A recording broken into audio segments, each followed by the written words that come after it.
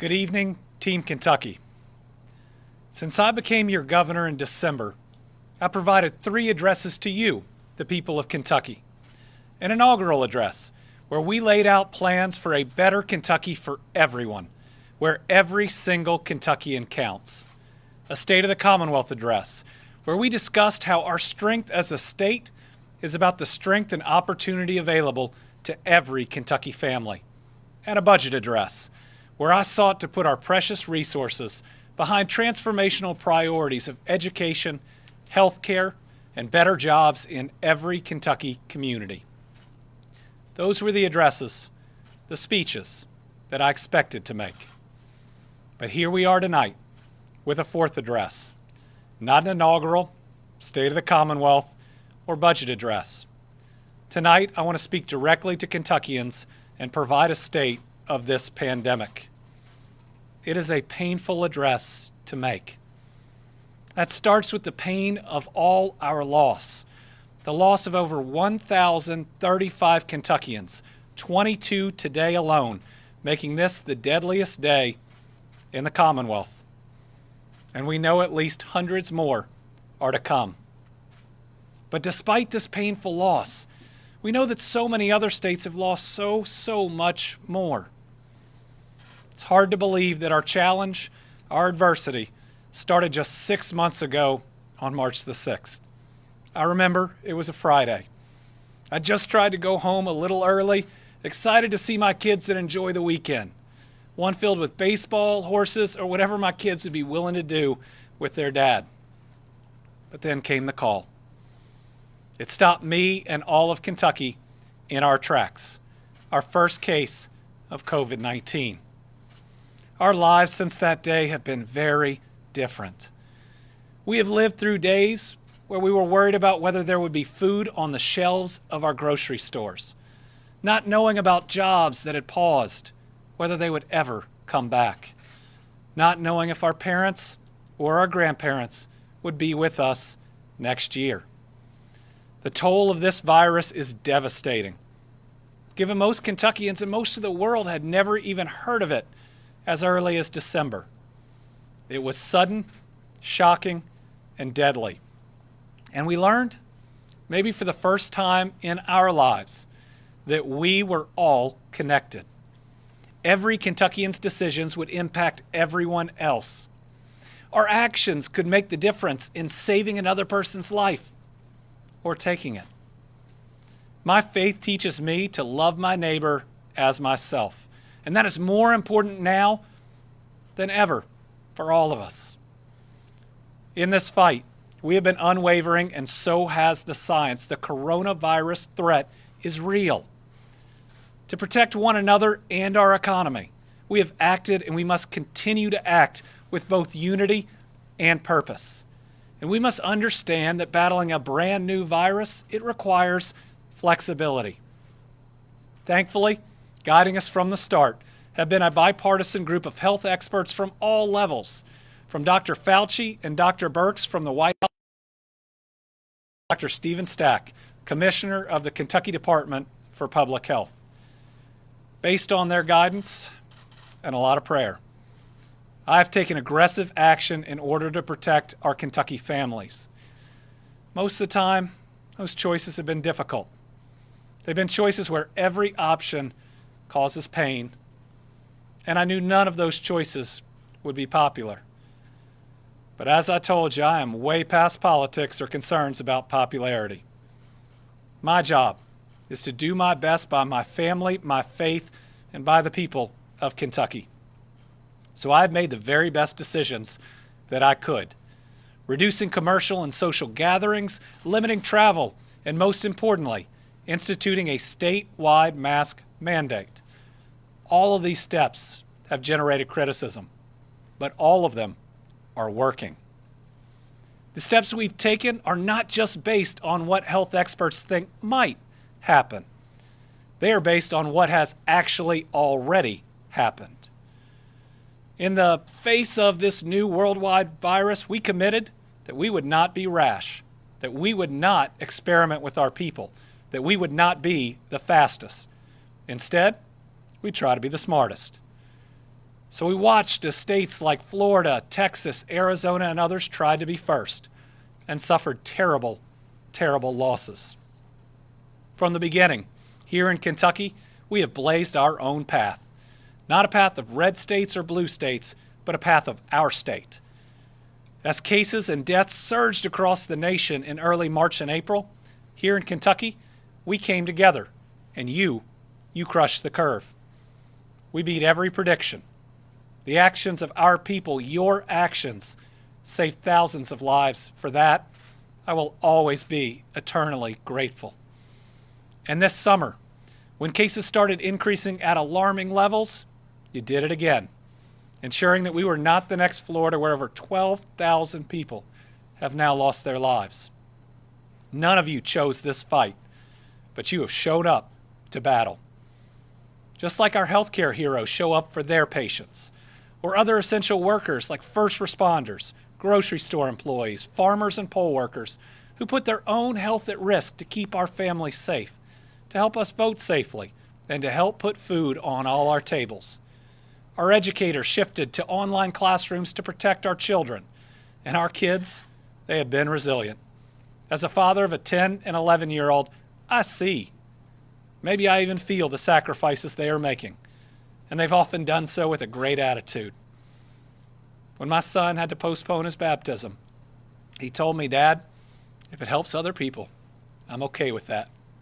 That is a very special kid. Many of our businesses stepped up too.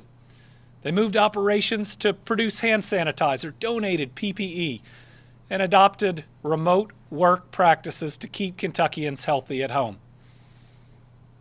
Yet, this global health pandemic has also caused unprecedented unemployment and economic hardship around the world. During these times, many have had to leave a job, sometimes just to be a caregiver.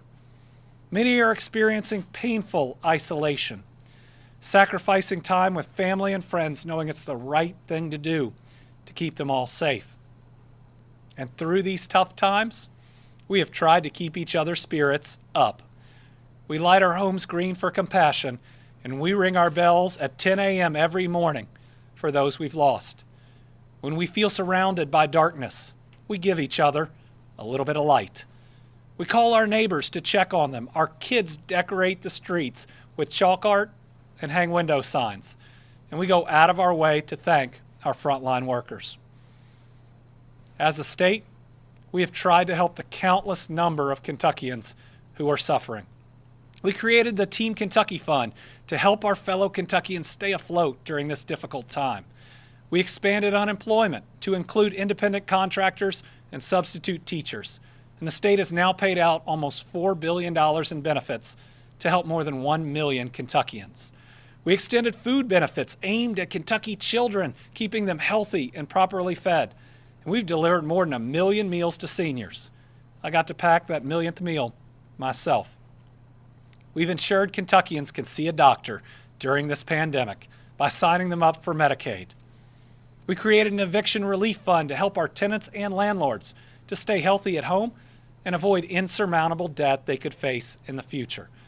And we've helped distribute hundreds of millions of dollars in CARES Act funds to support local governments, law enforcement, nursing homes, and healthcare facilities. These are just a few examples of how we care about, but we also love one another. I think that may be the hallmark, what truly defines Team Kentucky. Yes, this pandemic has exposed long-standing racial inequalities, including health and economic disparities. Our Black and African American Kentuckians are disproportionately dying from this virus. We must commit to addressing these problems now. And we must defeat this virus once and for all. Folks, we're not there yet. We've now lost more than 1,000 Kentuckians, and we're going to lose many more. But the depths of these losses can't be explained in numbers alone. These are our neighbors, friends, even our own healthcare workers. On Tuesday, we learned of the passing of E.J. Mike, a 58-year-old frontline worker.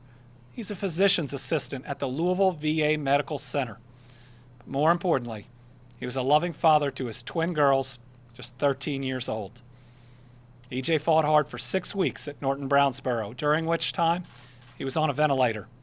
We are very sorry to his family, to his entire community. This is one of more than 1,000 painful stories, 1,000 Kentucky families that are hurting. And shame on anybody, including many of our legislators and those that sit online all day who claim those deaths aren't real.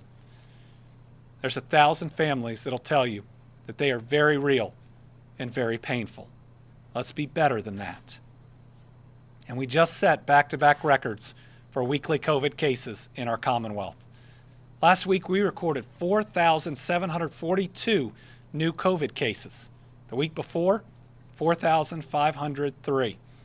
And just today, we're reporting 805 new cases, bringing the state's total to date to more than 54,000.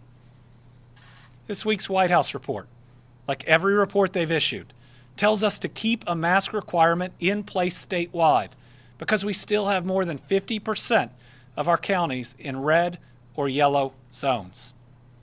Higher rates of cases also mean we're going to experience more loss. We now know that we will lose more Kentuckians to COVID-19 than we lost in the Korean or Vietnam Wars. Both of those conflicts raged on for years and required deep sacrifice.